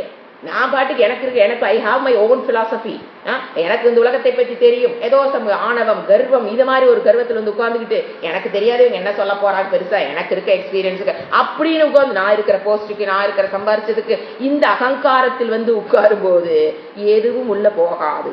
ஏன்? நீங்க க்ளோஸ் பண்ணிட்டீங்க. சாஸ்திரம் முட்டிட்டு வெளியில போயிட்டே இருக்கு. So you must open up your mind with Shraddha and பணிவு. அப்ப என்ன பண்ணும்? சாஸ்திரம் தன் வேலையை செய்யும். அப்ப என்ன ஆரம்பிக்கும்? ஃபர்ஸ்ட் எங்க ஆரம்பிக்க வேலை? கர்மயோகம் பண்ணு. ஃபர்ஸ்ட் கர்மத்தை தர்மத்துக்கு உட்பட்டு பண்ணு. இப்ப எங்க வரும்? அதுக்கு அதே கர்மம் தான். நீங்க டீச்சரா இருக்கீங்களா, இன்ஜினியர் இருக்கலாம், டாக்டரா இருக்கீங்களா, அதே கர்மம் தான். ஃபர்ஸ்ட் நீங்க எப்படி பண்ணீங்க? தர்மத்துக்கு உட்பட்டு பண்ணு. அடுத்து எங்க வருவீங்க? அதைவே கர்மயோகமா பண்ணு. ஃபர்ஸ்ட் ஸ்டெப் என்ன சொல்லிக்குவார் இறைவன்? அதே கர்மத்தை பண்ணு. நீ எதையும் விட்டுட்டு எங்கேயும் ஓடி வர வேண்டாம். எந்த கர்மம் சொதர்மத்தில் நீ உட்கார்ந்துருக்கியோ அத சொதர்மத்துக்கு கர்ம யோகமாக பண்ணு. அந்த கர்ம யோகம் தான் உங்களை எங்க கொண்டாந்து கொடுக்கும்? இறைவனோட கணக்கு. இதெல்லாம் நாம போறோமோ இல்லையா, அது வேற. இறைவன் போட்ட கணக்கு இது. நீங்க அந்த கர்மயோகம் பண்ண பண்ண என்ன கிடைக்கும்? சித்த சுத்தி, மனம் சுத்தமடையும். எ குவாலிஃபைடு மைண்ட் கிடைக்கும். அந்த சித்த சுத்தி கிடைச்சதுக்கு அப்புறம் தான் அவனுக்கு என்ன பண்ண? சாஸ்திரம் என்ன அதனுடைய அதுக்கப்புறம் தான் என்ன ஆரம்பிப்பான்? சிரவணம், மனனம், நிதித்தியாசனம். அதுக்கப்புறம் தான் வேத உபனிஷத்துக்களை கேட்டலுக்கு பேரு சிரவணம். அதில் வர டவுட்டை கிளியர் பண்றதுக்கு பேரு மனனம். அதுக்கப்புறம் அந்த டுவெல்லிங் இந்த சப்ஜெக்ட் மேத் என்ன கட்டுக்கிட்டமோ அது நிற்றல். ஏங்க நிக்க முடியல? பழக்க தோஷம். நான் இந்த சரீரம் எத்தனை கோடான கோட சரீரத்தை எடுத்துட்டு வந்துட்டு அந்த மனதில் என்ன பதிவு அதிகமா இருக்குது? நான் இந்த சரீரம். அந்த பழக்க தோஷம், அது பாத்தீங்கன்னா வேர்டே பாருங்க, தோஷம். அந்த தோஷம் எப்படி வந்தது? என் மனதுக்குள்ள பழக்கம். சோ பழக்க தோஷத்தினால வந்ததை நீங்க திருப்பி பழக்கித்தான் ஆகணும். இல்லைங்களா? ஒரு பழக்கத்தினால் ஒரு தோஷம் வந்துச்சுன்னா அந்த தோஷத்தை எப்படிங்க போப்பீங்க? ஞானத்தினால போக்க முடியாது. ஒரு தோஷம் உங்களுக்கு வந்துருச்சு, அது எப்படி வந்தது? பழக்கம், ரிப்பீட்டட் அபியாசம். அது பேர் தான் பழக்கம். ரிப்பீட்டட் அபியாசம் பண்ணி பண்ணி நான் ஒரு தோஷம் வந்துருச்சு அப்படின்னா அந்த தோஷத்தை எப்படித்தான் பண்ணி ஆகணும்? ரிப்பீட்டட் பை அபியாசம். பழக்கத்தின் மூலியமா தான் அந்த தோஷத்தை மாற்ற முடியும். அதுக்கு தான் நிதித்தியாசனம். அதுதான். அதுக்கப்புறம் என்னது? ஞானத்தை பெற்று நிதித்தியாசனத்தை. ஞானத்துக்கு இந்த மூணும், ஸ்ரவணம், மனனம், நிதித்தியாசனம், இந்த மூணும் தான். அதுக்கப்புறம் ஞானத்தை பெற்றதுக்கு அப்புறம் அதுக்கப்புறம் என்ன? ஞான நிஷ்டா. அதுக்கப்புறம் நிதித்தியாசனம் முடிச்சதுக்கு அப்புறம் தான் பெற்ற ஞானத்தில் நீங்க எப்பொழுதும் இருக்க முடியும். அதுதான் ஜீவன் முக்தி, அதுதான் மோக்ஷம். அது ஜீவன் முக்தி என்னது? வாழ்ந்து கொண்டிருக்கும் பொழுதே ஆனந்த பிராப்தி, துக்க நிவிருத்தியை அவன் அடைகிறான். இது ஜீவன் முக்தி. அதே ஜீவன் இறந்ததற்கு அப்புறம் விதேக முக்தி, மறுபடியும் அவன் பிறக்க வேண்டிய இது இங்க கிடையாது. இதுதான் இறைவன் போட்ட கணக்கு. நாம செக் பண்ணிக்கணும், whether I am traveling in his path, whether I am traveling in his path. நான் போறேமா அப்படின்னு யார் செக் பண்ணிட்டு வச்சுக்கணும்? நான் தான் இருக்கணும். உஷாரா கரெக்டா போயிட்டு இருக்கிறமா? இதுதான் இறைவன் போட்ட கணக்கு. புரிஞ்சுக்கலாம்? அதனாலதான் ஃபர்ஸ்ட் இவர் எதை எதுக்கு பார்த்தோம்? எதுக்கு இவர் உபதேசம் பண்ணினாரு? எது கர்மகாண்டத்தை ஏன் இறைவன் பண்ணார்னா இப்ப தெரிஞ்சுதுங்களா? சில பேர் என்ன தெரியுங்களா நினைக்கிறாங்க? ரெண்டு விதமான எக்ஸ்ட்ரீம் தவறு நடக்குது சொசைட்டில. ஒரு குரூப் என்ன நினைக்கிறாங்க? இந்த கர்மகாண்டமே போதும். அது பாத்தீங்களா, அவங்களுக்கு பேர் நம்ம முதலே பார்த்திருப்போம், பூர்வ மீமாம்சா. ஒரு தர்சனத்துல பார்த்தோம் பாத்தீங்களா? பூர்வ மீமாம்சா தர்ஷிகள். அவங்கள பொறுத்த வரைக்கும் வேதத்தை ஒத்துக்குவாங்க. ஆனா அவங்கள பொறுத்த வரைக்கும் இந்த கர்மகாண்டத்தை தாண்டி ஞான காண்டத்துக்கு வரமாட்டார்கள். அது ஞான காண்டத்தை அவங்கள பொறுத்த வரைக்கும் அது ஒரு பாலைவனம். அதுல ஒண்ணும் கிடையாது, சப்ஜெக்ட் கிடையாது, ஒண்ணும் கிடையாது. இங்கதான் லைவா இருக்குது, அது ஒரு பாலைவனமாட்டு கிடக்குது அப்படின்னு அவங்க ஒதுக்கிடுவாங்க. அதுவும் தவறு. கர்மகாண்டத்தை மட்டும் புடிச்சுக்கிட்டு ஞான காண்டத்தை ஒதுக்குவதும் நிவிருத்தி லட்சணத்தை ஒதுக்குவதும் biggest mistake in this world. Upanishad பக்கமே வரமாட்டேன். நான் ஹோமம், யக்னம், ஜபம் இதுலயே உட்கார்ந்துருப்பேன். எது ஆரம்பத்தில் தேவை. அதாவதுங்க அழகா சொல்லுவாரு, எது கர்மகாண்டத்துக்கும் ஞான காண்டத்துக்கும் மறக்கவே முடியாது. கர்மகாண்டங்கிறதுங்க கர்ப்பப்பையில் வாழ்கின்ற வாழ்க்கை. கர்மகாண்டங்கிறது என்னது? ஒரு மனிதன் கர்ப்பப்பையில் வாழ்கின்ற வாழ்க்கை. எத்தனை நாளுங்க அங்க இருக்கணும்? கர்ப்பப்பைக்கு நீங்க எத்தனை நாளுங்க இருக்கணும்? 10 வருஷத்துக்கா? அதுக்குண்டான காலம் 9 மாதம் கர்ப்பப்பைக்குள்ள இருந்து என்ன பண்ணணும்? வெளியில வரணும். இல்ல எனக்கு ரொம்ப நல்லா இருக்கு, அம்மா வயிறு எனக்கு பிடிச்சது, ஒரு பிரச்சனையும் இல்ல, சாப்பாடு பாட்டுக்கு வருது, அகாமடேஷன் எல்லாமே ஃப்ரீ, நான் பாட்டுக்கு இப்படியே இருந்துக்கிறேன், அந்த குழந்தை உள்ள இருக்க முடியுமாங்க? தயானந்தர் கொடுத்து உதாரணங்க. அந்த மாதிரி கர்ம காண்டங்கிறது அவசியம். ஒரு கரு வளர்வதற்கு கர்ப்பப்பை ரொம்ப அவசியம். வளர்ந்ததுக்கு அப்புறம் எப்ப வெளியில் வரணும்? 3 மாசத்துலயா 4 மாசத்துலயா? வளர்ச்சி முடிஞ்சதுக்கு அப்புறம். அப்படின்னு என்ன? உன் மனது பக்குவம் அடைந்ததற்கு பிறகு, விவேகத்தை பெற்றதற்கு பிறகு எப்படி அந்த குழந்தை 9 மாசம் ஆன வெளியில வரணுமோ அதே போல நம்ம கர்மகாண்டத்தை விட்டுட்டு வர்றதில்லை. அங்கிருந்து மேல ஏறி எங்க வரணும்? ஞான காண்டத்துக்கு வரணும். வளர்ச்சி அடைந்தாட்டா வரணும். புரிஞ்சுக்கலாம்? அதுதான் இறைவன் போட்ட கணக்கே. இது பூர்வ மீமாம்சக்கா அவங்க தர்சனம் என்னது? அவங்கள பொறுத்த வரைக்கும் கர்மகாண்டத்துல இருக்காங்க அப்படின்னா இது என்ன நம்ம இதுல அழகா பார்க்கலாம். உபதேச சாரத்துல ரமண மகரிஷி அந்த பூர்வ மீமாம்சாக்காவை நெகேட் பண்றதுக்குன்னே எழுதின இதுதான் உபதேச சாரமே. அது பார்க்கலாம், நம்ம திங்கக்கிழமை பார்ப்போம்னு நினைக்கிறேன். அதுல பாத்தீங்கன்னா அவர் அழகா சொல்லுவார். அந்த பூர்வ மீமாம்சா மைண்ட் செட்டப் வச்சுக்கிட்டே அவர் எழுதியிருக்காரு. ஃபர்ஸ்ட் ஒரு பிகினிங் ஒரு 10 ஸ்லோகம் பாத்தீங்கன்னா. சோ அதுலயே இருக்கக்கூடாது. ஃபர்ஸ்ட் ஒரு குரூப் என்ன பண்றாங்க? அதுலயே ஒட்டிக்கிறாங்க. இன்னொரு குரூப் இருக்காங்க, அவங்க என்ன தெரியுங்களா? இதெல்லாம் எதுவுமே தேவையில்லை, அதுவும் தப்பு. என்னது? பூஜை தேவையில்லை, வழிபாடு தேவையில்லை, புனஸ்காரம் தேவையில்லை, பாராயணம் எதுவுமே தேவையில்லை, நீ தியானம் பண்ணு மோட்சத்தை அடைஞ்சிடலாம். இருக்காங்களா இல்ல ஒரு குரூப்? தியானம் பண்ணு போதும். எது? பூஜை புனஸ்காரம் எதுவும் இறைவன் சொன்னதுல எதுவுமே தேவையில்லை. நீ எங்க வேணா போய்க்கலாம், எப்படி வேணா வாழ்ந்துக்கலாம், எப்படி எதை வேணா சாப்பிட்டுக்கலாம், எங்க வேணா இவனோட லைஃப் ஸ்டைல் எப்படி வேணா இருக்கலாம். You need not come under the ordinance of Bhagavan. First அவங்க சொல்றது, ஏன்னா அது attract the people. You need not come under the ordinance of Bhagavan. அதெல்லாம் தேவையே இல்லை. ஏன்னா ஆர்டினன்ஸ் ஆஃப் பகவான் அவர் ஒரு வாழ்க்கை முறையை செட்டப் பண்ணி வச்சிருப்பாரு. அதுல நீ வந்தீங்கன்னா தான் அவர் சொன்ன பிளான்ல நீ போக முடியும். அது கஷ்டம். அது வந்து ஆர்த்தடாக்ஸ் செட்டப். அது நமக்கு ஒத்து வராது. அதை ஒதுக்கிடு. நீ வா, உனக்கு நான் தவம் சொல்லி தரேன். தவத்தின் மூலியமாக எங்க போயிடலாம்? இறைவனை அறியலாம். அதுவும் தவறு. கர்மகாண்டத்தை வேலையில்லா, அது இறைவனை உதாசீனம் படுத்துவதற்கு சமம். இறைவன் போட்ட கணக்கு என்னன்னு பாருங்க. இவங்க என்ன பண்றாங்க? தங்க அறிவு கெட்டுனதுனால அந்த கர்மகாண்டத்தை அப்படியே அது அவசியமற்றது, கிடையவே கிடையாது. அவித்தியோட பிறந்த மனிதனுக்கு கண்டிப்பாக காமம் இருக்கும். அவன் கர்மத்தை செய்துதான் ஆக வேண்டும். இவங்க எப்படிங்க அந்த கர்மமே, அந்த கர்மத்தை அப்படியே விட்டுட்டு எடுத்தோன்னா உபாசனைக்கு வா, தியானத்துக்கு வா, மெடிடேஷனுக்கு வானா அதுவும் தவறு. அங்க உங்களால மோட்சத்தை எல்லாம் பெற முடியாது. ஏன்? கர்மத்தின் மூலியமாகத்தான் நம்ம என்ன பண்ண முடியும்? நம்ம மனதை சுத்தம் பண்ணணும். அவங்க என்ன நினைக்கிறாங்க தெரியுங்களா? அதை சுத்தம் பண்றதுக்கு இன்னொரு டெக்னிக் வச்சிருக்காங்களாம். என்னது? தியானம். தியானத்தின் மூலியமாக நம்ம என்ன பண்ணிடலாம்? அவங்க கணக்கு, அவங்க சொல்றது அப்படித்தான் சொல்றாங்க. அதாவது மனதை சுத்தம் பண்ணிக்கலாம். அப்ப நீ அப்படியே தியானம் பண்ணி மெடிடேஷன் பண்ணி, வேதாந்தம் படிக்காம எப்படிங்க அந்த இறைவனை பற்றி ஞானம் வரும்? தியானம் பண்ணினா மனம் சுத்தமாகுதே கஷ்டம். ஏன் தெரியுங்களா? மனதில் இருக்கிற விருப்பு வெறுப்புகளுக்கு போறதுக்கு இறைவன் கொடுத்த டெக்னிக் என்னது? கர்மயோகம். தியானம்ங்கிறது இறைவன் எதுக்கு கொடுத்திருக்காரு?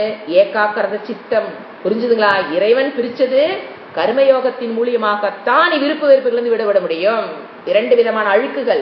ஒண்ணு, இது மனதில் இருக்கிற அழுக்குல ரெண்டு. ஒண்ணு, இந்த விருப்பு வெறுப்புல இருந்து விடுபடுவதற்கு உனக்கு கர்மயோகம் இறைவன் கொடுத்தது. நீங்க மனிதர்கள் மாற்றுகிறார்கள். என்னன்னு?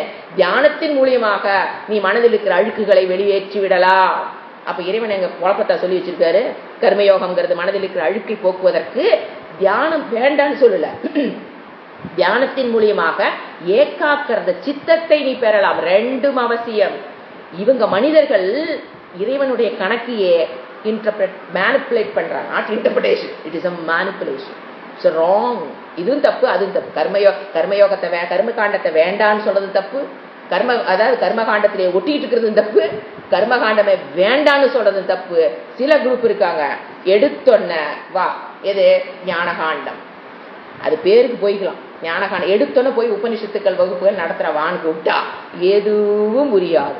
ஆனா புரியுற மாதிரி என்னது பண்ணி ஆகணும்? மண்டையாட்டுற மாதிரி ஆட்டிட்டு உட்காந்துருக்கலாம். அதுவும் கஷ்டம். கர்மகாண்டத்தை ஒதுக்கிட்டு வர்றதோ, உபாசனை எல்லாத்தையும் ஒதுக்கிட்டு எடுத்தொன்ன நான் என்ன பண்றேன்? ஞானத்தை சொல்லித்தரேன் வா, எடுத்தன வா, எடுத்தன உபனிஷத்துக்கள். அதுவும் தவறு. வெறும் உபனிஷத்து கிளாஸ் மட்டும் போகும். அதுவும் தவறு. சோ புரிஞ்சுதுங்களா? இப்போ இறைவனுடைய கணக்கு என்னன்னு தெரிஞ்சு கர்மகாண்டத்துக்கு எவ்வளவு முக்கியத்துவம் கொடுக்கணுமோ கொடுத்து அதுக்குள்ள போய் தான் வெளியில வரணும். கர்மகாண்டத்துக்குள்ள போய் அந்த பூஜை புனஸ்காரம் எல்லாம் பண்ணி அது தர்மத்துக்கு உட்பட்டு பண்ணி அப்புறம் தான் அவருக்கு ஒரு விவேகத்தை பெற்றுதான் ஞான காண்டத்துக்கு வந்துதான் என்னது? குரு பிராப்தி. அப்புறம் சாஸ்திர பிராப்தி. எந்த மாதிரி குருகிட்ட போகணும்? சாஸ்திரம் படித்த குரு கிட்ட போனா தான் உங்களுக்கு சாஸ்திர பிராப்தி கிடைக்கும். ஏன்னா குரு பிராப்திக்கு அப்புறம் என்ன போடுறாரு அவரு?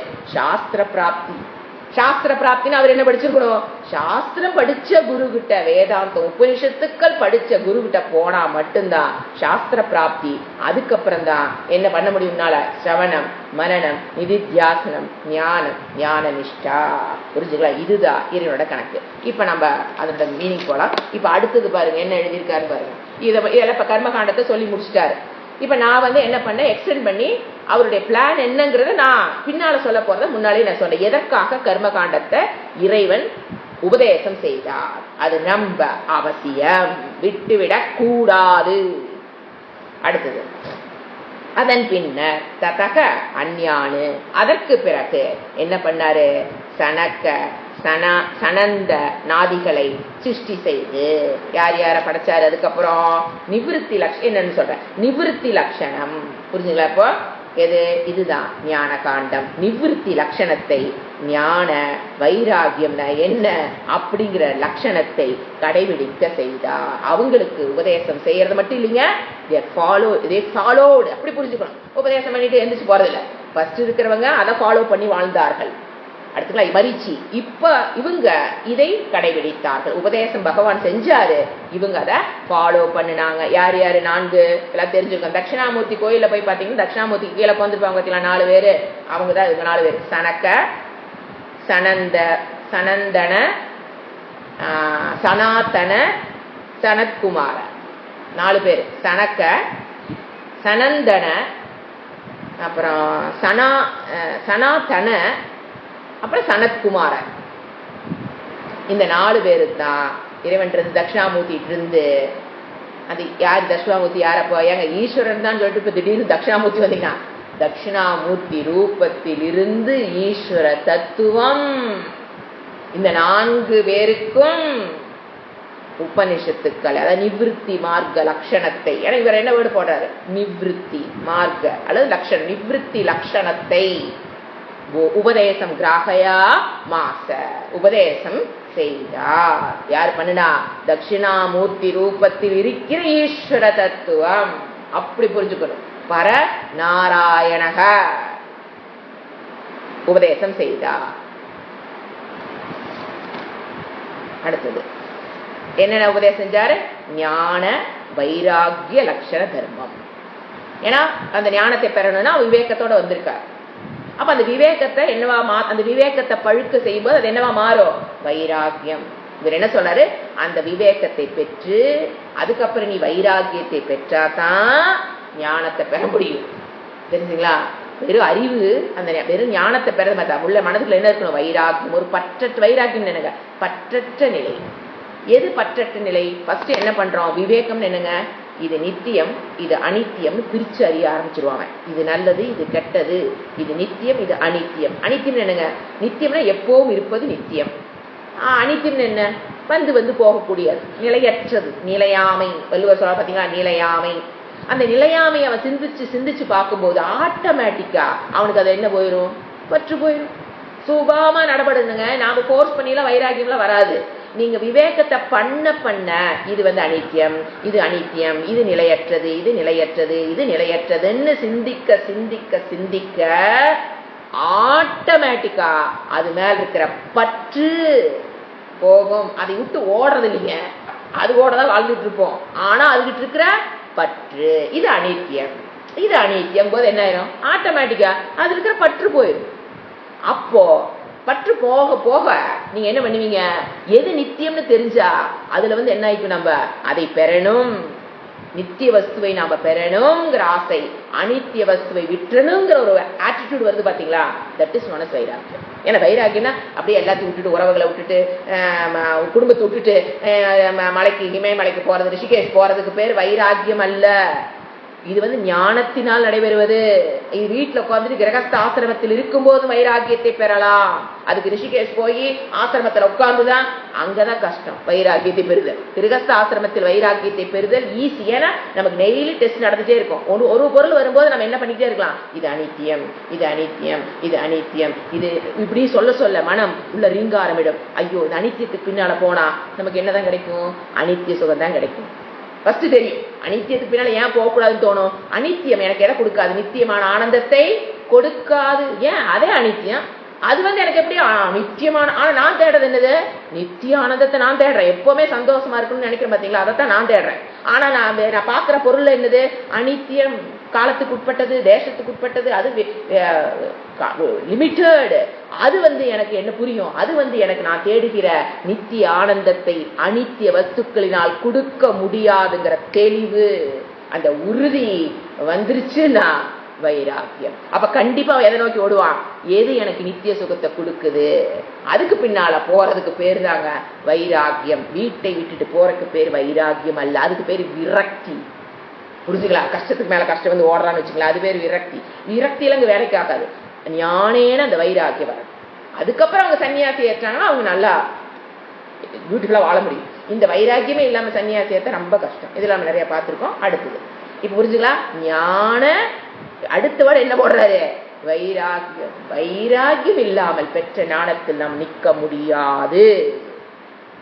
எது? அனித்திய வஸ்துக்கு பின்னாலேயே ஓடிட்டு இருக்கிறவங்க என்னதான் 5 மணிக்கு எந்திரிச்சு உட்கார்ந்து ஞானம் என்ன, ஞானம் என்ன, ஆத்ம ஞானம்னா என்னன்னு எல்லாம் ஒரு 5 to 6 நல்லா சிந்திச்சுட்டு 6 மணிக்கு கிளாஸ் முடிஞ்சு அனித்திய வஸ்துக்கு பின்னாலேயே நான் ஓடுனா ஒன்னும் நிக்காது. அதாவது ஞானத்தை பெற்றிருப்போம், ஞான நிஷ்டைக்கு நம்மளால போக முடியாது. ஞான நிஷ்டைன்னு என்னங்க?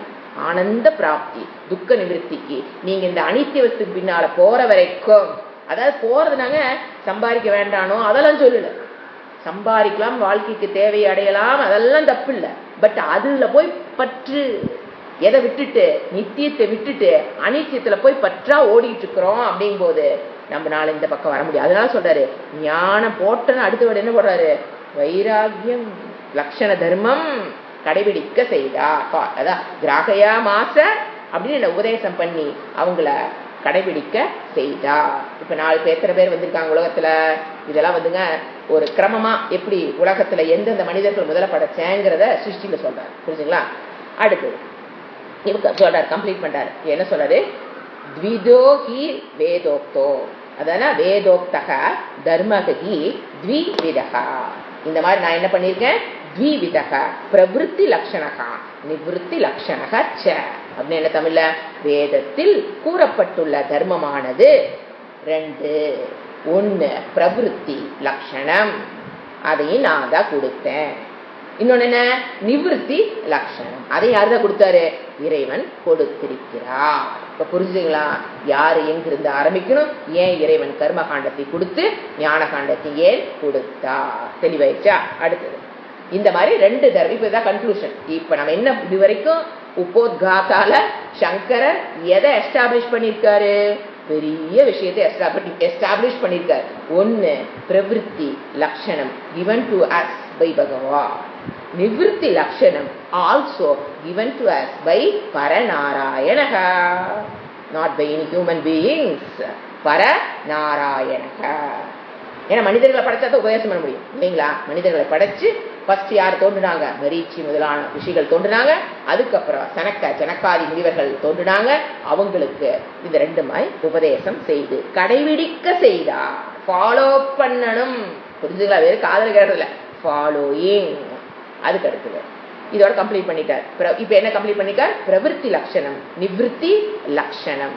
அடுத்தது இப்ப என்ன பண்ணியாச்சு, உலகத்தை படைச்சாச்சு, கர்ம காண்டத்தை கொடுத்தாச்சு, ஞான காண்டத்தை கொடுத்தாச்சு. அடுத்தது என்ன பண்ணாரு, ஜகதக ஸ்திதி காரணம் பிராணினாம் சாட்சாத் அபியுத எனிஸ்ரேயசகேதுகு யக சக தர்மக பிராமணாத்யைஹி வர்ணிபிகி ஆசிரமபிகி ஸ்ரேயோர்த்திபிகி ச அனுஷ்டீயமான எனமானக வேதத்தில் கூறிய பிரவிற்த்தி நிவிருத்தி என்னும் 2 வகை தர்மமே. இது 2 எதுக்காக கொடுத்தாரு, உலகத்தை நிலை பெற செய்வதற்கு. உலகம் ஸ்டேபிளா இருக்கணும்னா இந்த 2 தேவை. எதையும் ஒதுக்க கூடாது. அதான் அர்த்தம். உடனே ஒதுக்கிட்டு நான் இன்னொன்று போறேன்னா அங்க ஸ்டெபிலிட்டி என்ன ஆகுது, cannot be maintained. For the stability of this earth or stability of this பிரபஞ்சா இறைவன் 2 கொடுத்திருக்காரு. நமக்கு அது புரியாம இருக்கலாம். ஆனா இறைவன் சொல்றாரு 2 எதுக்கு, 2 வகை உலகத்தை ஸ்திதி காரணம் நிலை பெற செய்கிறது. பிராணிகளுக்கு ஜீவர்களுக்கு இக பரலோக சுகத்தை, இந்த லோகத்தில் அனுபவிக்கக்கூடிய சுகங்களுக்கு பேர் இகலோக சுகம். இறந்ததுக்கு அப்புறம் நான் சொர்க்கத்துக்கு போகணும், சில பேர் ஆசைப்படுறாங்க பாத்தீங்களா, எப்படி சொர்க்கத்துக்கு போற விதை மெத்தடையும் இறைவன் கொடுத்துருக்கு. நீ போயிட்டு வா ராசா, போயிட்டு வா, அடுத்த ஜென்மமாவது நிவர்த்திக்கு வா. உனக்கு இந்த ஜென்மத்தில் எதுக்கு ஆசைப்படுற, சொர்க்கம் போன ஆசைப்படுறியா, ஓகே டன். இல்லைங்கண்ணா சுபகா என்னது மகா உலகத்துக்கு போகணும், இல்லை நான் பிரம்மலோகம் போகணும், போயிட்டு வா. பிரம்மலோகம் போவது எப்படி அப்படிங்கிறதையும் இறைவன் கொடுத்திருக்கிறார். பரலோகம் போய் அங்க இருக்கிற சுகத்தை நீ அனுபவிக்க ஆசைப்படுறியா, போயிட்டு வா.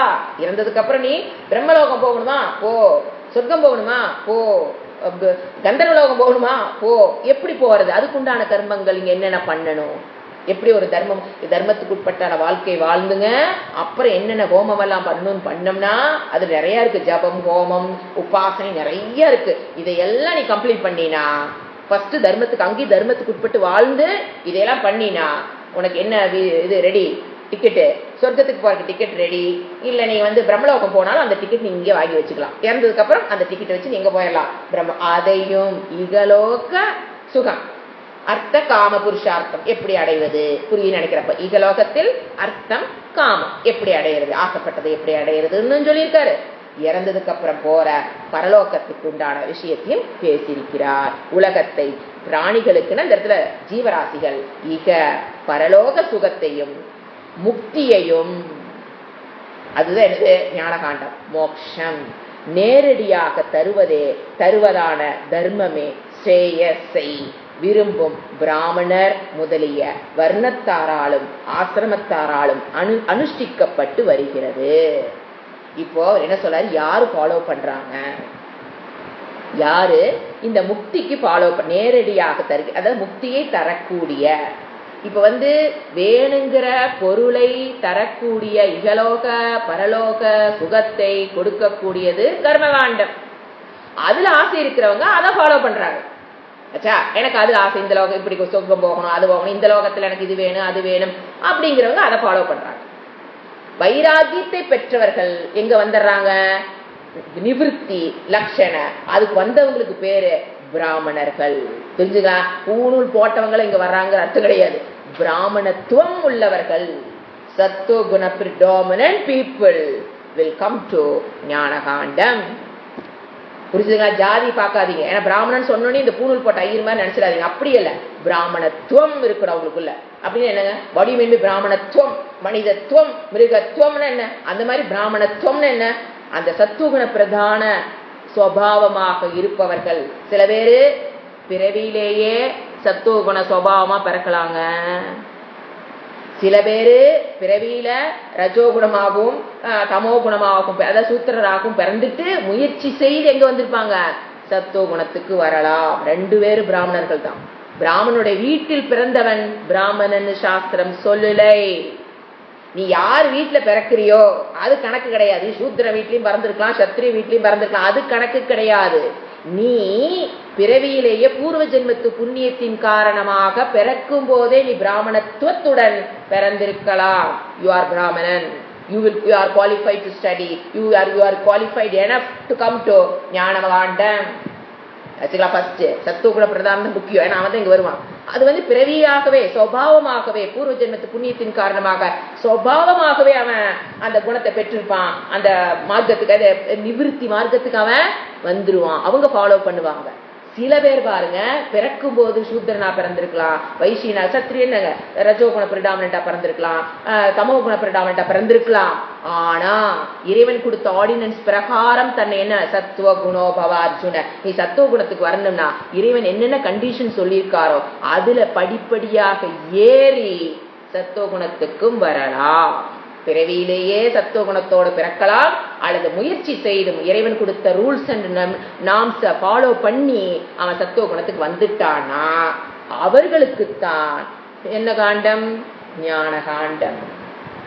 அவங்கனாலதான் ஞான காண்டத்துக்கு they are the qualified person. சத்துவகுண Pradhan. அதனாலதான் சொன்னாரு பகவத்கீதை, என்ன சொன்னாரு, சத்துவகுணோ பவ அர்ஜுனா. அப்பதான் நீங்க எங்க வருவீங்க, ஞான காண்டத்துக்குள்ள உங்களால கால் எடுத்து வைக்க முடியும். அத சொல்றாரு, என்ன சொல்றாரு, ஸ்ரேயஸ் மோட்சத்தை, நன்மையை, நல்லதை ஒருவன் தேடணும்னா மனதுல சத்துவகுணம் இருக்கணும். அப்பதான் நல்லதை தேடுவான். இல்லைன்னா எதை தேடுவானுங்க, சத்துவகுண பிரதானமா இருக்க மனதில் இல்லைன்னு வச்சுக்கலாம். அவன் ரஜோகுண பிரதானமாகவோ தமோகுண பிரதானமாவோ ஒருத்தர் இருந்தானா எதை தேடுவான், எனக்கு எது பிடிக்குதோ அவ்வளவுதான். எனக்கு இது பிடிக்குது நான் போறேன், எனக்கு இது பிடிக்கல நான் போக மாட்டேன், நான் இது செய்வேன், எனக்கு பிடிக்குது நான் செய்வேன், எனக்கு பிடிக்கல செய்ய மாட்டேன். சுபாவம், அவங்கவுங்க சுபாவத்தை பிரகாரம் வாழும். ஆனா சத்துவகுண பிரதானமாக இருக்கிறவன் தான் சிந்தித்து எங்க வர்றான், சேயசை நல்லதை தேர்ந்தெடுப்பான். அப்போ நல்லது நல்லது நல்லதுன்னு தேர்ந்தெடுக்குனாவே உங்களுக்கு என்ன வரணும், சத்துவகுணம் வரணும். அப்பதான் நீ நல்லதை தேர்ந்தெடுப்பீங்க. நல்லதை தேர்ந்தெடுத்தவன் தான் எங்க வரும், சேயஸை. ஒரு மனிதனுக்கு நல்லது எதுங்க, சேயஸ், மோட்சத்தை தேர்ந்தெடுத்தல் தான் நல்ல விஷயம். மற்றதெல்லாம் வாழ்க்கைக்கு தேவை, தேவையில்லைன்னு யாரும் சொல்ல, லட்சியம் எது, தேவை எதுன்னு சத்துவகுண பிரதான மனிதனாலதான் பிரித்து அறிய முடியும். என்னன்னு, இது என் வாழ்க்கையினுடைய லட்சியம், இது என் வாழ்க்கையுடைய தேவை. எனக்கு இதுவே பெரிய கஷ்டம். ஜனங்களுக்கு இதே பிரிக்க முடியல. எது என்னுடைய லட்சியம், எது தேவை. தேவையை விட்டுட்டு வான்னு யாரும் சொல்லலீங்க. தேவை எது, லட்சியம் எதுன்னு பிரிச்சு லட்சியத்தை அடைவதற்கு முயற்சி செய்யணும்னா நீ எங்க இருக்கணும், சத்துவகுண பிரதானமான மனிதனாக இருக்கணுங்கிறதுனாலதான் அர்ஜுனனை ஏன் இப்போ பகவத்கீதையில பின்னால நீ நான் சன்னியாசம் வாங்கிக்கிறேன், நான் போயிடுறேன், என்னால போர் புரிய முடியல அப்படின்னு ஏன் இறைவன் கிருஷ்ணர் வா வா அப்படின்னு ஏன் கூட்டிட்டு போகல, என்ன அர்ஜுனா நீ இப்ப எப்படி இருக்கிற? ரஜோகுண பிரதான புருஷா. சுபாவப்படி நீ எப்படி இருக்கிற அர்ஜுனா? ரஜோகுணத்துல இருக்கிற. இப்ப போயெல்லாம் மண்டையில ஒண்ணு ஏறாது. நீ என்ன பண்ணி இந்த கர்மத்தை தர்மத்துக்கு உட்பட்டு பண்ணு. அப்போ மனம் என்ன ஆகும்? சித்த சுத்தி, விவேகம், வைராகியத்தை பெற்றாதான் நீ என்ன பண்ண முடியும்? அந்த நிவிருத்தி லட்சணத்துக்கு நீ போக முடியுங்கிறதுனாலதான் இது Arjuna is not qualified enough to enter into ஞான காண்டம் நிவிருத்தி லட்சணம். அதனாலதான் என்ன சொன்னாரு? யுத்தியஸ்வ பாரத. அடிக்கடி அந்த வார்த்தை என்ன வரும்? போய் போர் செய் விட்டுட்டு வராத. போ. உத்தியஸ்வ பாரதங்கிறது என்ன அர்த்தங்க? நம் கடமை. ஏன்னா அது அர்ஜுனனுக்கு அது யுத்தியஸ்வ பாரத, யுத்தத்தை செய். நம்ம பொறுத்த வரைக்கும் என்னவா நம்ம எடுத்துக்கிடுவோம்? கர்மத்தை செய், உன்னுடைய கடமையை செய். அப்பதான் தர்மத்துக்கு உட்பட்டு செய்.